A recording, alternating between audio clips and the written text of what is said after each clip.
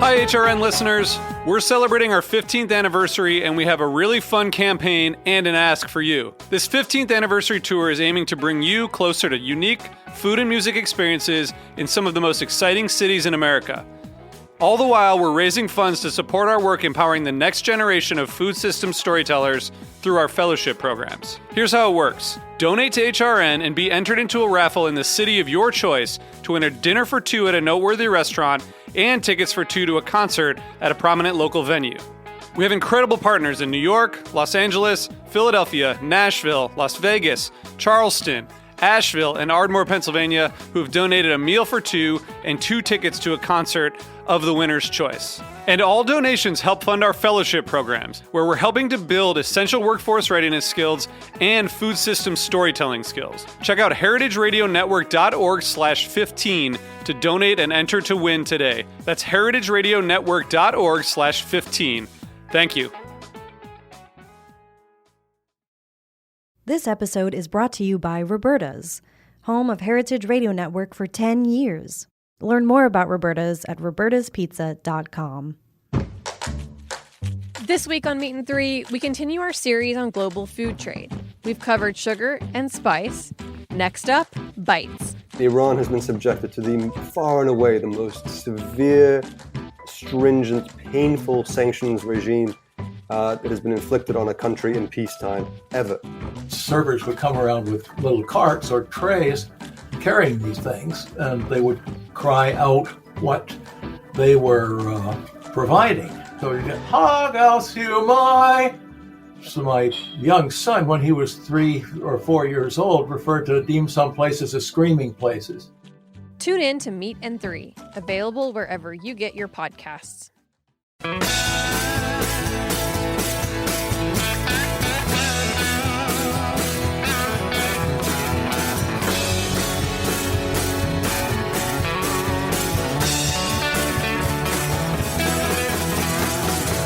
Hey, welcome to Beer Sessions Radio on Heritage Radio Network. It's February 16th, Tuesday, and we're recording remotely.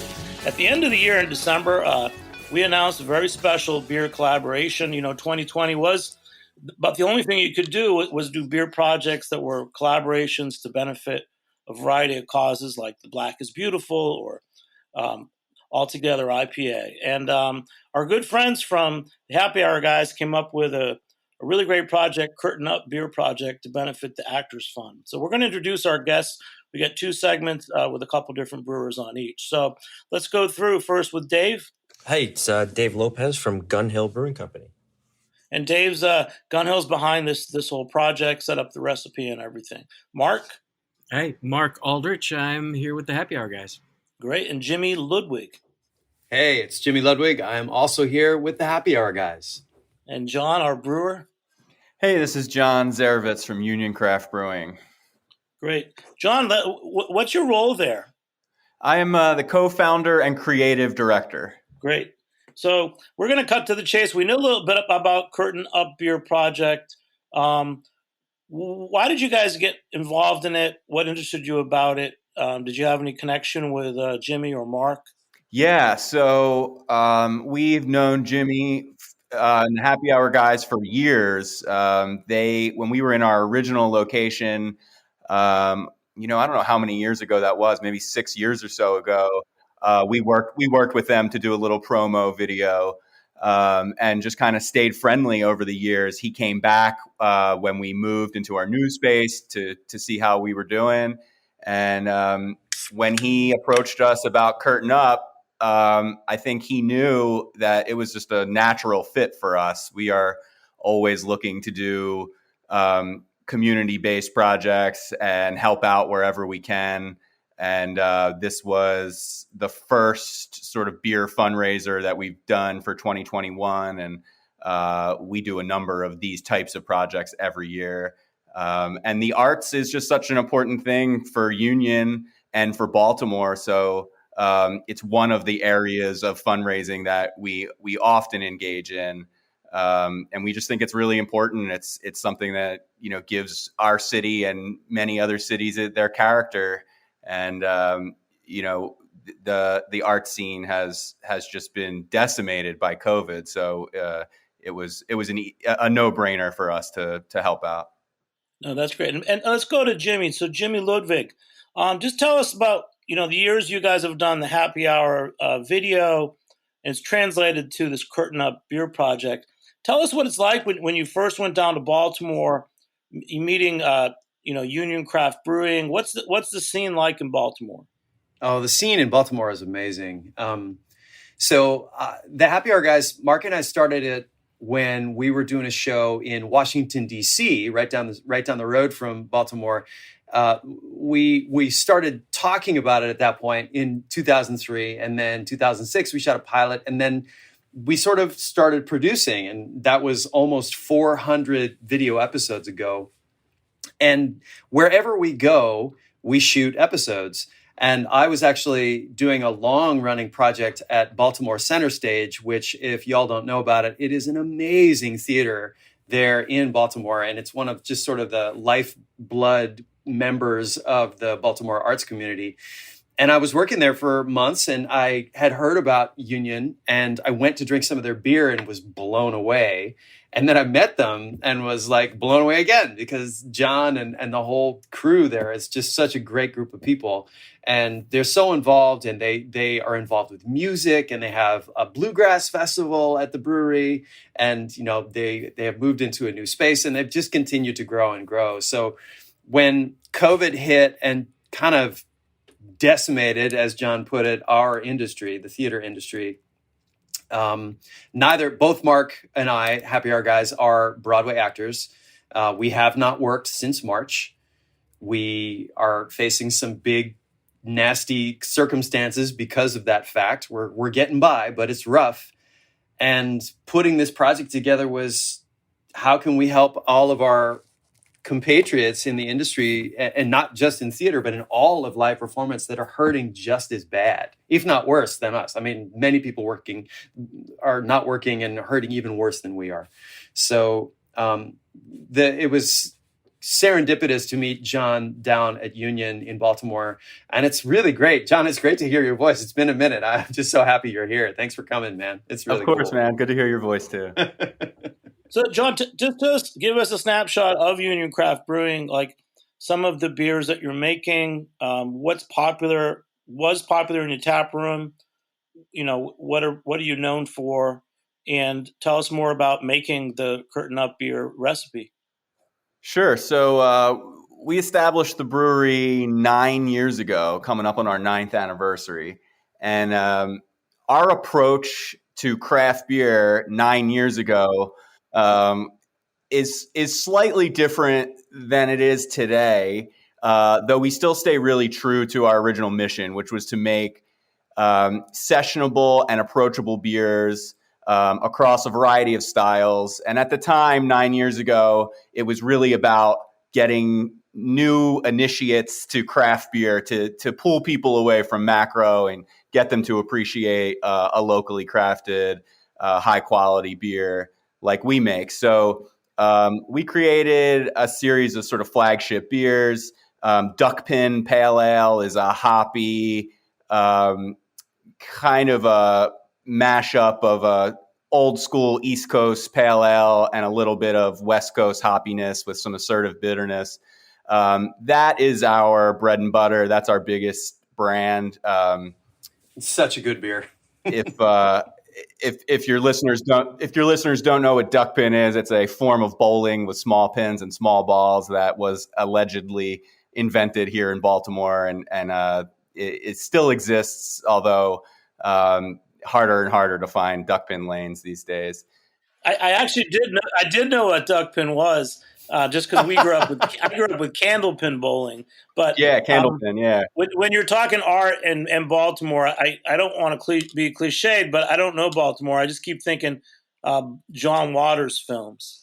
Yeah. So John Waters, is a huge cultural icon here, and part of what we do is celebrate the quirkier aspects of Baltimore culture. So our flagship IPA is called Divine, named in tribute to the drag queen in John Waters films, and we're always just trying to celebrate Baltimore culture.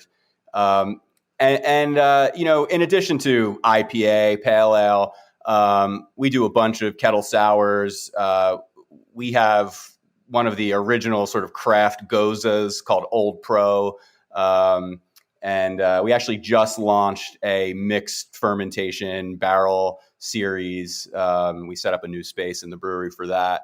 And we can't wait to get our tap room back open. And I think we're brewing at the highest level we ever have. And frankly, I think the slowdown kind of allowed us to refocus on just quality brewing techniques. And our beers are better than ever. So we just can't wait to get open again. So tell us what you did. Did you retool your systems or, your processes, or you just slowed down, or you re-examined, your recipes? Yeah, I think it was just the slowdown in volume, quite honestly. Like we weren't churning beer and tanks were starting to empty. And when you're not selling any draft beer, you start to see all these holes in your production schedule free up. And so our brewers really kind of took stock of all their processes and all of our quality control, and really take a hard look at recipes that hadn't changed in years and how we could improve them. And so I think it just gave us a chance to refocus on quality brewing technique. And I think that's definitely moved the needle for us as far as our beer quality goes. So, and tell us about the Curtain Up beer that you made. What is it? How was it received? Was it a one batch? Yeah. So we took the recipe that was generously donated from Gun Hill and tweaked it just a little bit to fall into more what people expect from us. So we aren't known for sort of modern hazy IPA, although in the last couple of years we've definitely made a few really good ones. And so we made this one in the hazy style and added some different hops to it, but we really got a sort of sweet, tropical, floral IPA, medium bodied. It's got a kind of sour candy and orange juice profile to it. A little bit of grapefruit, melon in there. But it's just a really easy drinking, nice, slightly lighter style hazy IPA. And it was very well received. I would say equally in part to the calls than to the actual flavor of the beer, but it really did get a lot of support here in Baltimore, especially from the performing arts community. It was great to see. And then how are you distributing? Tell me how you give out what percentage of this beer are you giving to, the Actors Fund or to a local actors group? Yeah, so we are, we're going to split our donation between Baltimore Center Stage, which we have a long-standing relationship with, and the Actors Fund. I'm not exactly sure what the percentage is to each. I think we're donating a little bit more heavily to the Actors Fund, but we wanted to make sure that we got a local theater involved, and we really have a great relationship with Center Stage. Well, that's great. Let me go to Mark. So, Mark, have you been down to Baltimore? Have you been to Union Craft Brewing? I am sad to say I have not. Although I have played Baltimore when I was on tour, and would have played Baltimore again last year, except for the COVID closing of everything. So I'm excited. My family's down in the DC Baltimore area, and I have a lot of friends down there. That's where I started my career. So I've had many people on the lookout for this version of Curtain Up, and I think I have some waiting for me down there at my family's house. Nice. So Mark, how is that working for you guys? So how many breweries have made the beer, and how are you guys getting the word out? We talked about some Instagrammers that post about it. Mm-hmm. Well, as of today, we added another brewery today. So we're at 56 total breweries so far that will be participating. Jimmy, Dave, how many do we think we're at that have already brewed? Is it around a dozen? I think that's about right. Yes. Yeah, I think that's about that right. We have records for.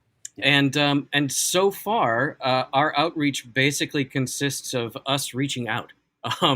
So it's been it's been pretty word of mouth and talking to our friends in the craft beer community. And so far the response has been really, really positive. And we feel like we're picking up a lot of momentum here now that we're sort of clear of the holidays, and a lot of the election cycle is quieted down. People have a chance to catch their breath. It seems like we're picking up steam, which is great because the need in the arts community and the entertainment community is going to hit. Well, it's already at the critical stage, and it's just going to get more immediate from here on out. So, Jimmy or Mark, the latest stimulus proposal, there's some kind of stages, an entertainment venue, components. Are most actors, are they living off of some kind of unemployment or a union pension, or how are working actors that you guys know making it right now? There are a lot of different answers to that question, actually. The Save Our Stages legislation is great, but it for the most part addresses the cultural institutions, and we need them to be healthy and still in business when things start to come back. So that's vital. But what it doesn't do is address the workers on a one-on-one basis. So that we're hoping that this will help to fill that void a little bit. As far as what actors are doing to survive, yes, unemployment, most definitely. But actors are recreating themselves around us all the time. Lots of them have opened Etsy shops. They're using, I know stagehands that are using their craft skills to build things and sell them online. And sadly, I also, and I know Jimmy does too, we know a lot of actors who have moved away from New York specifically, but also they've moved away from theater and from performance, and some of them are not going to come back. So we're facing. I read a good quote that we're facing a cultural Great Depression because we've never been through anything like this before. So we know everyone's hurting, and we're just trying to step in and do a little bit that we can to help and call some attention to it, because there's still not a great public awareness of just how dire it is for people in the entertainment industry. I think you're right that you mentioned New York City, because so much in New York City, even like every restaurant and hospitality industry has so many theater people and dancers that work there. Jimmy, you go for it. Sorry. Yeah. One of the things that's not being talked about enough right now, just in general, the Save Our Stages Act is great. It's really, really wonderful, but it takes care of venues, not people. And eventually venues will take care of people because people will get employed by those venues. But right now, for instance, I'll just say it. I'm going to lose my health insurance in a couple months because our health insurance is dependent on whether or not we work. We get our health insurance through our union, and it's about how many weeks did you work in the last year. And if you've worked enough weeks, then you qualify. Well, no one has worked in the last year. So basically, no one is going to qualify, or very, very few people are going to qualify. So one of the things that the stimulus bill that's on Capitol Hill right now is espousing is a COBRA subsidy for those of us that are going to have to pay through the nose to keep our health insurance going soon. And I'm sure many of your listeners and people who've dealt with COBRA before, I mean, it's just, God, it's like paying a whole other rent or buying a house in the Hamptons, or I don't know what, but there's a lot of our friends and family and all those people are going to be digging real deep into savings or going into serious debt in the coming months because of that. And I had a conversation with another actor a couple days ago who knows a lot about a lot of things. And he said, I hate to say it, but I think 2021 for our community is going to be worse than 2020, because during 2020, we were still sort of cruising on all the work and all the savings we had from 2019. Well, all that's gone. We're out. So 2021 is, we are not back to work yet, and we're out of, the bag's empty. So this project is about helping to fill that bag in any way we can. Yeah. Hey, I'm going to go to Dave, because we're going to have a whole nother segment with another brewer as well. Dave, just give a little shout out to some of the breweries that have been making the project through you guys. Yeah, I mean, so far I'm a little disappointed in a lot of my guys here in the city that haven't jumped on the bandwagon yet. But we've got some good friends that didn't even when we asked them to do it. It wasn't even a let me see if we can fit it. It was no problem. We'll just tell you when we're brewing it. So we were just out. Jimmy, Mark, and I were just out there this weekend. But our friends over at Destination Unknown in Long Island were great. Dubco, Big Alice, yeah.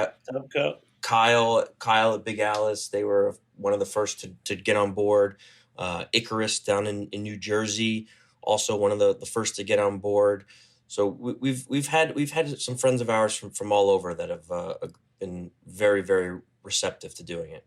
That's great. We're going to keep talking with you guys. I want to just get a little more John from Union Craft Brewing because he's going to leave at the end of this segment. So John, yeah, a little more of that backstory. How are your customers or your community responding to this project? Yeah, people are very enthusiastic about supporting these types of projects. It seems like our community is really there for each other. We have a huge art scene in Baltimore, and we heard from them immediately as soon as we signed on to do this. So we had some good feedback. And I think the batch of beer, was only a single batch. I think it's pretty much sold out. I'm drinking my last can right now. Oh man! And John, we're still waiting to have some of that sent up to us in New York. I thought we sent you a box. I was almost. We haven't gotten it yet. All right. Well, the mail's a little wonky, but I'm pretty sure we sent it. It went to me instead, and I already drank it, Dave. I wish. But last thing, John, a plug for you guys. So Duck Pin Pale Ale, that's what everybody knows you by. I'm down in Baltimore. I want you to paint the color for me. Where am I going to get a Duck Pin Pale Ale? And what am I going to drink it with? And, I just got out of work. So how many am I going to drink comfortably? And is that what Duck Pin's about? It can have a couple of those.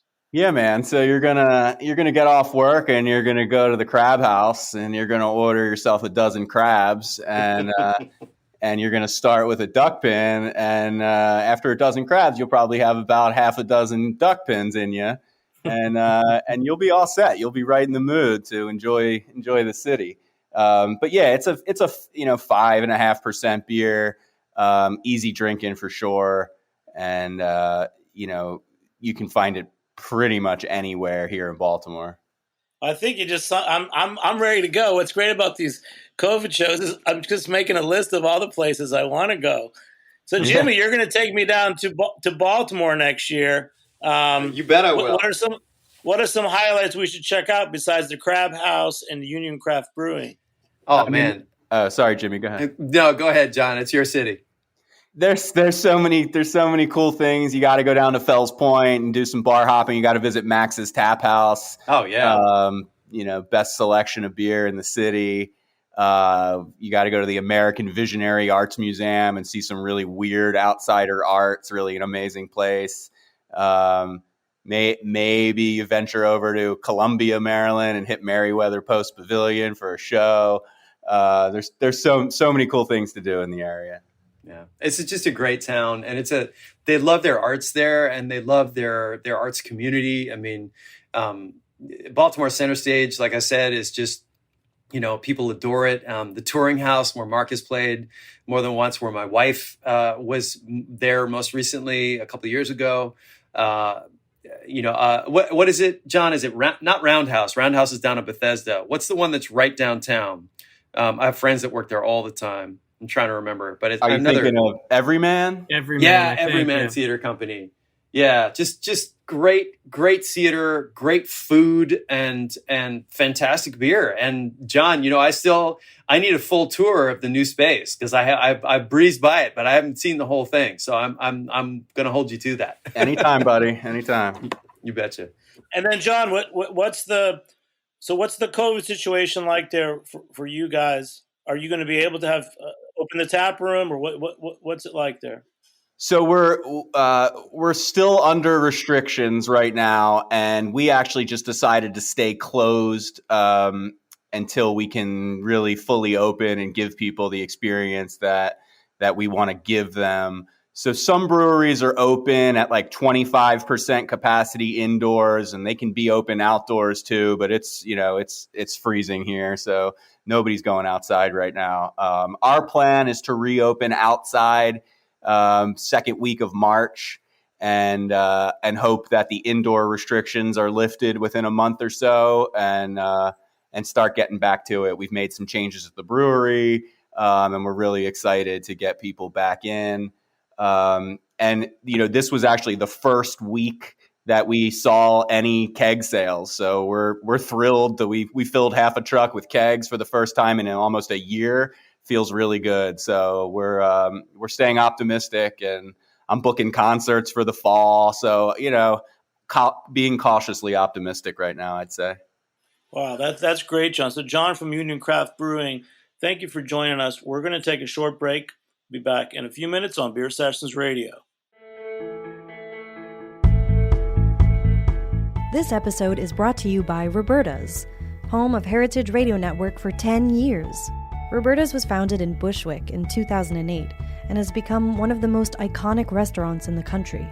HRN made its home inside of Roberta's in 2009, and together they have become part of the DIY fabric of the neighborhood. Roberta's, the pizza restaurant, is open for lunch and dinner 7 days a week and serves much more than just the famous wood-fired pizzas.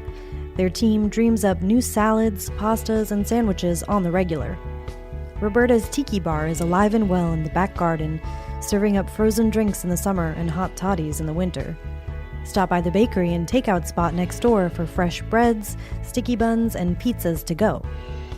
And of course, there's the 2 Michelin-starred Blanca tucked away in the garden for truly daring diners. But Roberta's also extends beyond Bushwick, with multiple locations in New York City and now in Los Angeles. You can also find their frozen pies in grocery stores around the country. The spirit of Roberta's, like Heritage Radio Network, is everywhere. Here's to many more years of pizza-powered radio. Learn more about Roberta's at robertaspizza.com.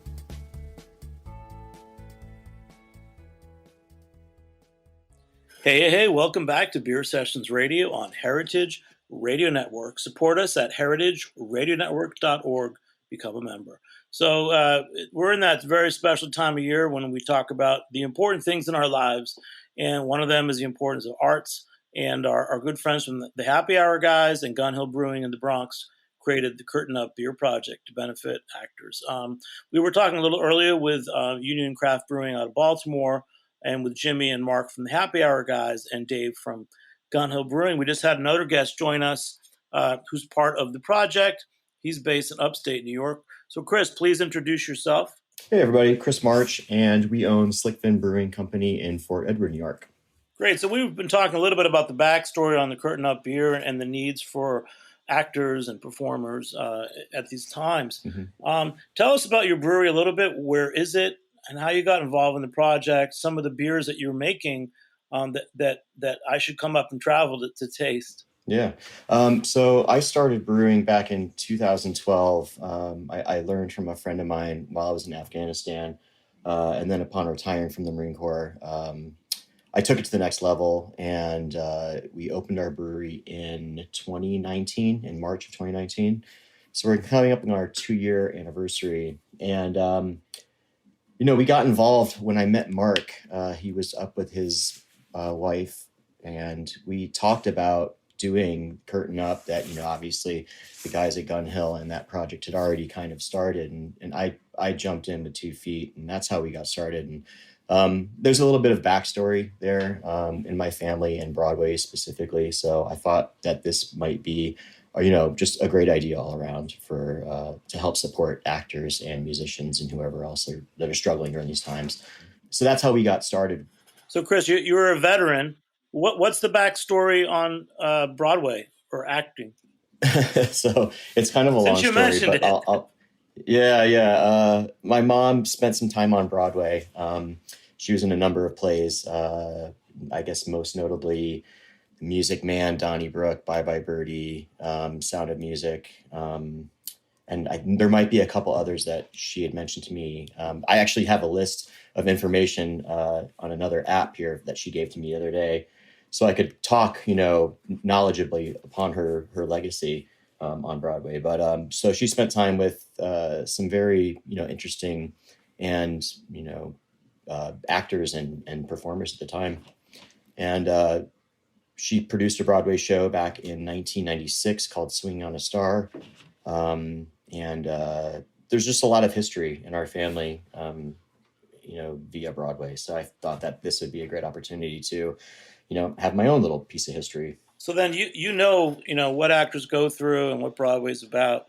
How do you see people struggling? What are actors up against right now with COVID? Yeah, up here it's more music than it is acting. Although we do have like we do have a couple playhouses and the Adirondack Theater Festival that we do donate to. But I have a lot of friends that are musicians up here, and they're all definitely having a tough time with everything going on right now. I feel like they're being very like, what's the word I'm looking for? Creative with with generating income. So they're able to, I guess, perform other things and do other things with their lives at the moment, other than just music and whatnot. But, obviously the goal is to get them back performing in front of people again. Yeah. And tell me where you are. You're in Fort Edwards, New York. Where is that? Fort Edward, New York. Yep. So it's like in between Saratoga Springs and Lake George. It's just off the highway, a couple miles. It really was like the center of the universe for upstate New York back in the, I guess, post-Civil War, early French Indian War, and that time frame. It's almost a suburb, if you want to call it, of Glens Falls. So Glens Falls is a little city, so to speak. But we're kind of off the beaten path from Glens Falls. There's a lot of history there. And tell us about the beers that you guys usually make. Sounds like a great place to visit. Are you near like Common Roots as well? Common Roots is in South Glens Falls, and we are on the other side of the river in Fort Edward. Yeah, but Common Roots isn't very far away. Great. So just tell me about your beers. What I love about these projects is getting to meet all the different breweries that are participating. It's great to learn about you. So what are a couple of beers that you have now that are your popular beers? Yeah. So, I'll just put in perspective. We're a 1-barrel brewery. We're tiny. And I knew I was going to be, super busy with the brewing schedule. And we are very busy still, but we've put out, I think, 140 some odd different beers since we opened just under 2 years ago. And I think we're mostly known for the sours and the imperial stouts and the IPAs. So it's like, we do a little bit of everything. And I really like playing with different yeast profiles and different water profiles. So that's what I'm passionate about. And the beer is received very well by everybody that comes in. I think maybe I've only had one person come in and say they didn't like something on the menu, but it doesn't happen very often. So I think we're doing something right. So you guys are upstate. Does that mean you have your tap room open? Tap room is open. Yep, it is. Yeah. Well, that sounds exciting. That to me is like old school craft beer.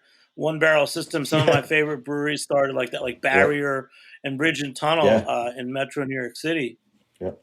Yep. What made you take the jump? Like when you were in the Marines, were you home brewing?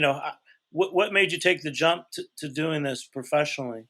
Yeah, so I was homebrewing at the time, 2012, and then I retired in 2016. I took a job in Boston with a robotics company, and I just found myself traveling a ton still. And my daughter was like 2.5 at the time, and I would come home and, like when your kids don't miss you, that's when you know something is wrong. So I quit that job, and I told my wife, I was like, Heather, I think we need to do something else. I don't want to keep perpetuating this habit of being away all the time on business. So I was still brewing on the weekends, kind of few and far between while I was working in Boston, but I quit and I walked away, and I haven't looked back since. So Yeah, we went from 10 gallons in the garage to 1 barrel in the brewery, and now we're growing to a 3.5 barrel, and that should sustain us for at least another couple of years. And how did you end up there in Fort Edward? So I grew up in Connecticut. My wife grew up in Fort Anne, New York, which is just probably 8 or 9 miles away from Fort Edward. We left San Diego in 2016, and we had our daughter, and she said, "Well, I've been following you around for 18 years or whatever it's been. Let's go back to upstate New York and raise our daughter." And so that's what we did. We moved back up from San Diego. Well, that's great. So now I'm going to go to this is Mark and Jimmy. This is really cool. What I love about this project is the way that you've kind of pieced together these different breweries that with your own connections. Who wants to talk about Slick Fin? Either Mark or Jimmy. Mark, you should talk now because you brought Kris to us.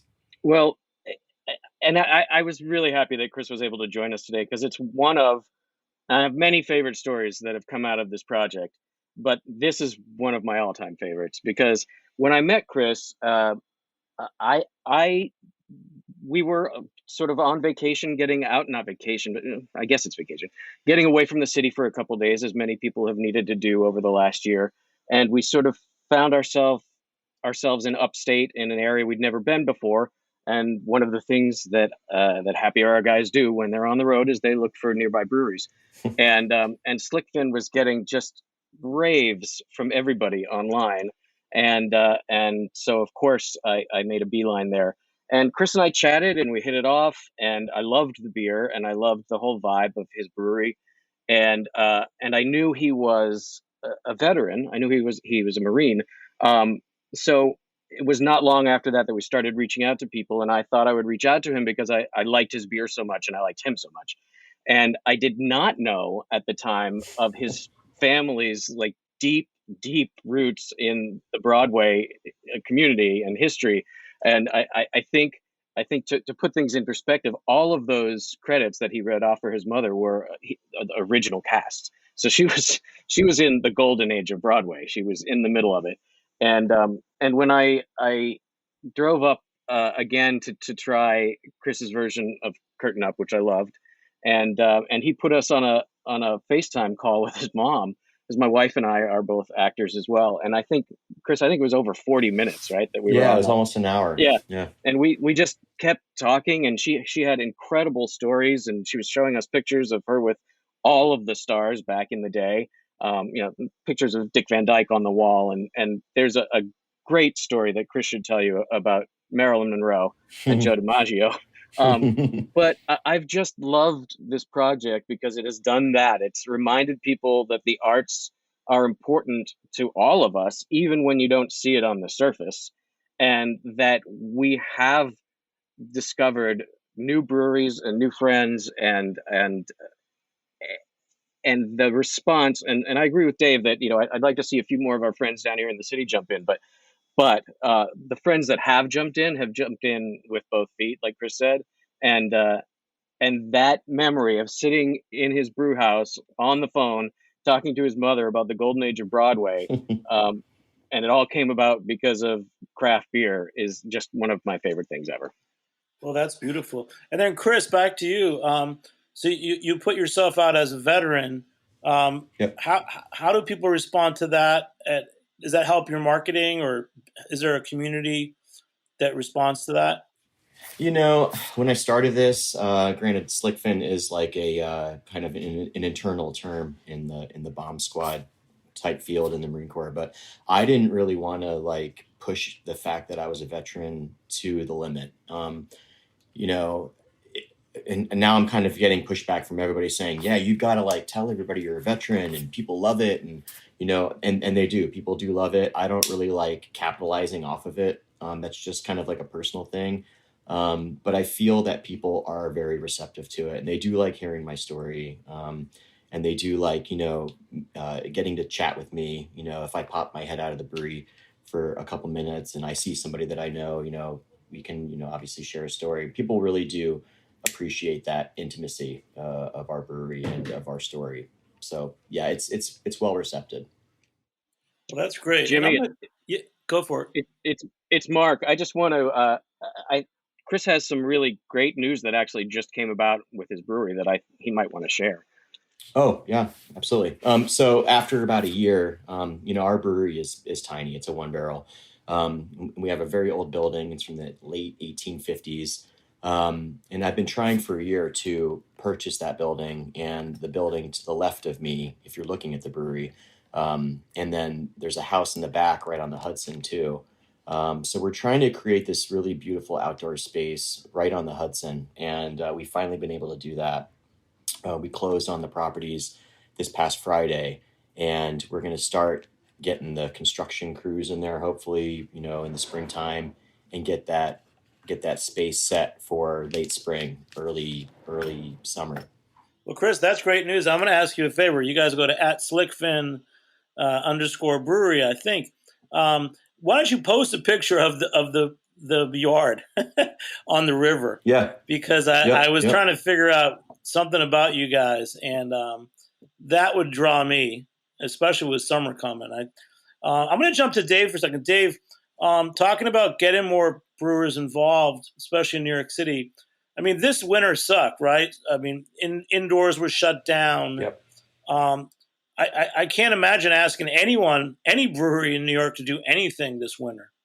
Well, the thing is, though, and this is something that Mark, Jimmy, and I have talked about during the entire project, and particularly in the very beginning when the response was a little tepid at best. Come from a brewery's perspective, and this is every time I talk to somebody about the project, I always try and remind people of this, is that when we created this recipe, we wanted this to be a recipe where it wasn't going to be prohibitively expensive to brew this beer. And so breweries could still brew this beer, charge their normal margin for it, and then tack on a little bit to donate. Like, we're not asking anybody to remove themselves from the equation. We want all of the breweries, because for that very reason, like you just said, because it's been a tough winter, to still be able to make their own profit on this. And that's the whole idea behind this project, is to keep what you need and give what you can. And so, like, for us, for example, we're just charging our regular margin for the beer, and then we tacked on a few dollars to a 4-pack or to a case of the beer or to a keg of it. And that spread between our regular price point and what we're charging now is what we're using as the donation. And, there's even if the dollar amount is not massive, there is a unquantifiable value associated with just talking about, the fact that we're doing a show here and talking about the situation that this group, this industry is facing. That's publicity that these guys, that there's real money associated with that. So even if it's not hard dollars, we're getting this into the attention, into other people's minds, and getting it in front of them so that they then maybe realize it in another way of their daily lives. So it doesn't just have to be directly from this project and from the beer that we're brewing. And I think that's something that's lost on a lot of the guys here in New York City. And I think it's also something that they're not paying attention to, because we as an industry are so dependent now, or becoming more dependent on tourism that we're getting from, whether it's concerts or Broadway or you name it. And so, or sporting events, live entertainment.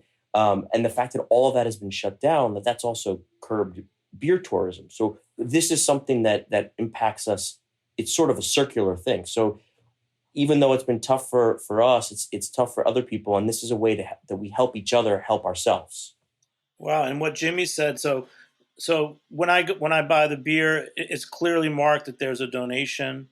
But the idea of what we're talking about is it could raise consciousness about government stimulus, might be neglecting some of the actors. I mean, it's not a big group. Like, we think that arts is so important in New York City, but I would think in a lot of other parts of the country, it's probably more pronounced here, isn't it, Jimmy? Well, the thing is that one of the things that was a shock to all of us when we started doing the research on it was just how big of a monetary driver the arts is in every community, just about every community across the country, whether you're talking theater or film or live music. I mean, this is jobs and jobs and jobs. And in New York City, obviously, because we have Broadway here and all these other things. Let me blow your mind. Are you ready, Jimmy? So Broadway in 2018, 2019 brought in more money in direct ticket sales than all of the professional sports teams in the New York City area combined. Wow. And it also employed close to 100,000 people. I mean, that's huge. It's billions of dollars. It's close to $15 billion in a single year. Wow. And also, I just need to jump in. Like, nationally, the arts bring in more money than the agriculture than agriculture. It's I think it's sort of vastly undervalued on a national scale. Yes, it's obvious how important it is to New York City, but on a national scale, it's also enormous. Think about how many people go to a concert or to a show, and they'll go out for dinner beforehand, and then they'll go out for drinks after, or maybe they'll come into town for that concert and get a hotel room and stay overnight. I mean, it's a ripple effect, and I think people are going to realize before this is all over how important the arts are everywhere. I mean, it's really important for people to know that. My favorite, too, is the naysayers, the ones who are like, the arts aren't that important. They're not that important. And then they go and binge watch Netflix for the next 6 hours. Well, where do you think that came from? You know? Wow. And that's great. And Kris, since let me go to Kris, because Kris is I'm going to call you a Broadway brat, Kris. I'm sure you don't like that, but so you have a great story that tell us what the arts mean to you, because you grew up in it. Yeah. I mean, I wasn't really necessarily immersed in it. I obviously did go to a couple of Broadway shows at a younger age. I did a lot of traveling, though. My parents, we traveled a lot, but beyond that, arts for me, I'm a huge musician. I love all music. There's really nothing I don't like. I have a ton of musical instruments in my house for myself, for my daughter. So music to me is something that's, obviously very important in my life. I was very fortunate, though, growing up around what my mom was able to provide, being able to take me to Broadway and explain to me, all those different terms and whatnot, and getting to meet certain people at such a young age. It was very interesting, and it's something that I still find very interesting. I'm very gracious of my mom for that, for, being able to provide that to me at such a young age. And I try to extend that with my daughter now with music. So whenever we get a chance, we, obviously go to a concert, obviously not this past year, but we do try and get out to the Adirondack Theater Festival as much as possible, get to a local concert as much as possible. It's an everyday part of our lives. It really is. Well, that's great. And Kris, let's talk about beer. We're gonna run out of time. Yeah. Let's go back to beer. So tell me, like, the last two beers that you made or you're making now, and then like two other breweries that inspire you. Yeah. So we are working on another Imperial Stout. It's kind of based off the Girl Scout cookie, the Samoa. And I think we're going to call it Scout's Honor. The name is not 100% yet, but that's something that we're working on at the moment. And I also have another sour that we're putting on that we've had on before, but I haven't made it in quite some time, called OPP. It's got orange, pineapple, and peach in it. And it's, like I said, the sours for us, they're usually on and off. I put it on tap on Thursday, and it's probably gone by Saturday night. So they're very well received. We love drinking them. My wife loves them, so I just keep making them for her. And, she's the one out in front selling them all. So, we're lucky in that sense. But so a couple of breweries that really inspired me. I think at a younger age, Sierra Nevada opened my eyes to craft beer, 20 some odd years ago. I think I had my first Celebration Ale that my brother bought me, and I was underage actually, but I drank it and I fell in love with it. And it kind of, it opened my eyes to craft beer at a very, very young age. And then I guess most recently, there's some breweries in Massachusetts that I really, really do love.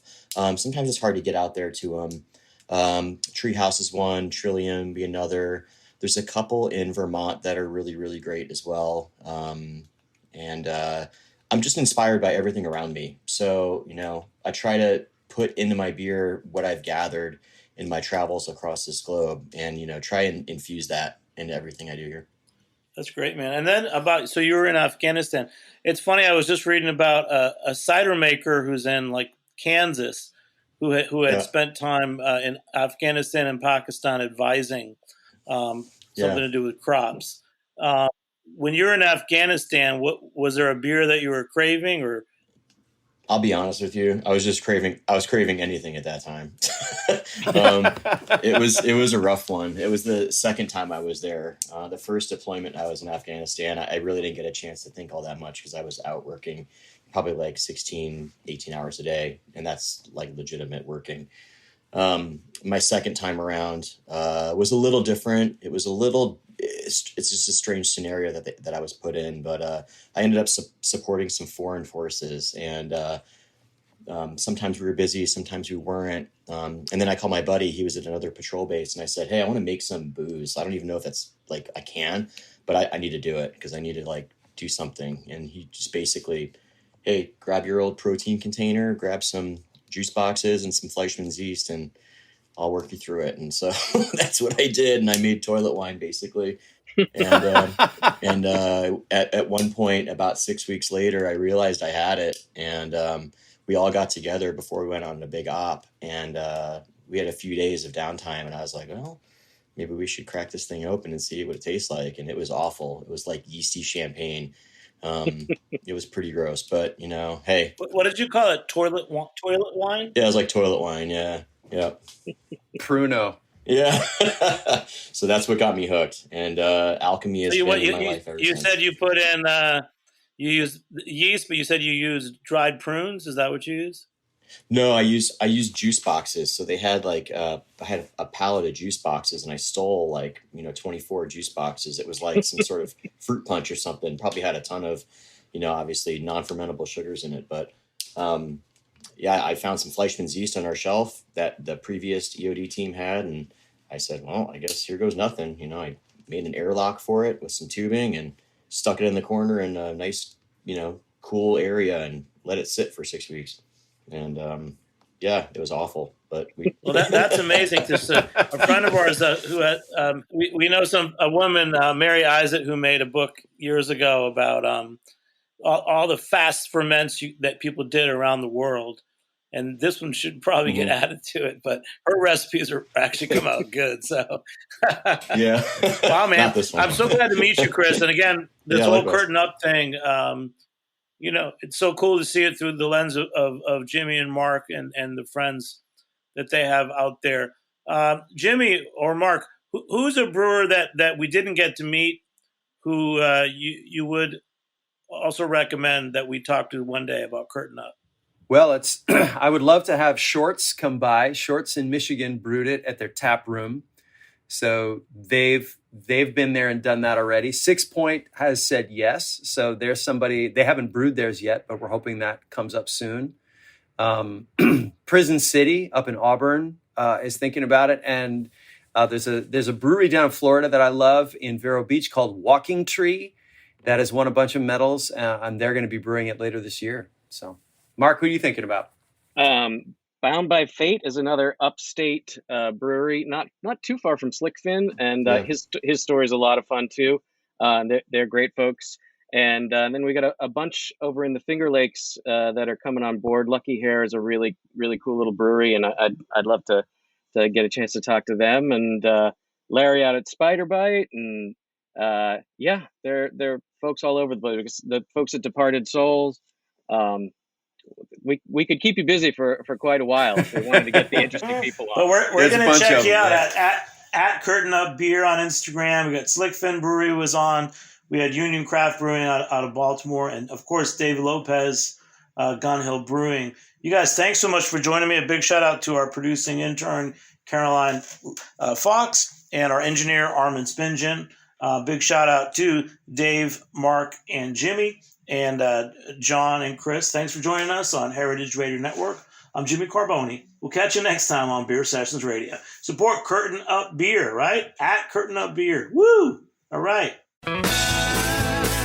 Beer Sessions Radio is powered by Simplecast. Thanks for listening to Heritage Radio Network, food radio supported by you. For our freshest content, subscribe to our newsletter. Enter your email at the bottom of our website, heritageradionetwork.org. Connect. Hey there, I'm Lee Ullman here with some big news from the National Young Farmers Coalition. We're partnering with Heritage Radio Network on a special season of The Farm Report. It's all about what's happening with the Farm Bill and how it impacts farmers and eaters. I am growing diversified vegetables on land that's been in our family for 150 years. And so with the pandemic, gentrification, property values going up, we had to sell the land and we lost it. Join us as we uncover the untold stories behind this massive piece of legislation that shapes how we grow our food, what we eat, and so much more. The problems we have had, those are things that come from earlier Farm Bill and USDA policy, right? Like Earl Butts, get big or get out. You know, it's my responsibility to know not only what I'm eating, but then like how that all came to be. And realize like, wow, like this piece of legislation, all this money, like it's technically something that I support as a taxpayer. While Congress debates the next Farm Bill, this is not just an invitation to listen. It's a call to action. Be part of the conversation. Subscribe to the Farm Report on Heritage Radio Network, wherever you listen to podcasts. Us on